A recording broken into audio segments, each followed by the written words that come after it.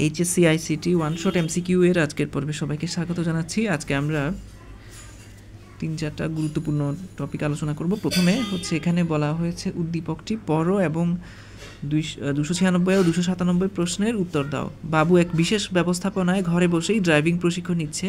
তার বাবা অন্য একটি প্রযুক্তি ব্যবহার করে উন্নত জাতের ফুল চাষ করছেন। বাবুর ব্যবহৃত প্রযুক্তিটি 4টা অপশনের মধ্যে কোনটি?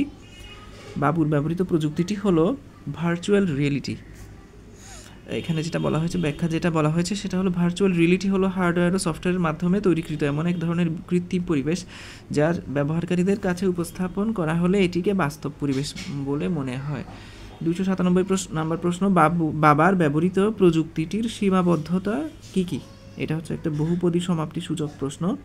এখানে সীমাবদ্ধতা হচ্ছে গিয়ে দেশীয় প্রজাতির বিলুপ্তি এবং নতুন রোগ সৃষ্টি হতে পারে, অর্থাৎ অপশন ক এবং প্রথম এবং তৃতীয়টা খ নাম্বার হচ্ছে গিয়ে এখানে 297 প্রশ্নের খ নাম্বারটা হচ্ছে উত্তর।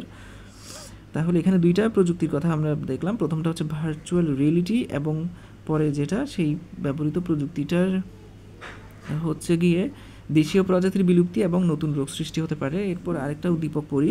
ক শিক্ষার্থী কলেজে পড়াশোনা করে তথ্যের উৎস উল্লেখ করে পড়াশোনার প্রয়োজনে কম্পিউটার এবং ইন্টারনেটের সহায়তায় টার্ম পেপার তৈরি করে, কিন্তু খ শিক্ষার্থী কোনো অনুমতি ছাড়াই লাইব্রেরির কম্পিউটার থেকে ফাইল কপি করে নেয়, এমনকি ইন্টারনেট থেকে প্রাপ্ত তথ্যের কোনোরূপ কৃতজ্ঞতা ছাড়াই নিজের নামে প্রকাশ করে। এখানে খ শিক্ষার্থীর কর্মকাণ্ডটাকে কি বলা হবে? 4টা অপশনের মধ্যে বলা হচ্ছে হ্যাকিং।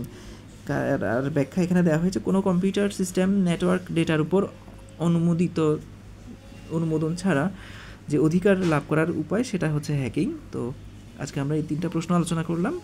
ভিডিওটা ভালো লেগে থাকলে চ্যানেলটা সাবস্ক্রাইব করার অনুরোধ থাকলো। সবাইকে ধন্যবাদ।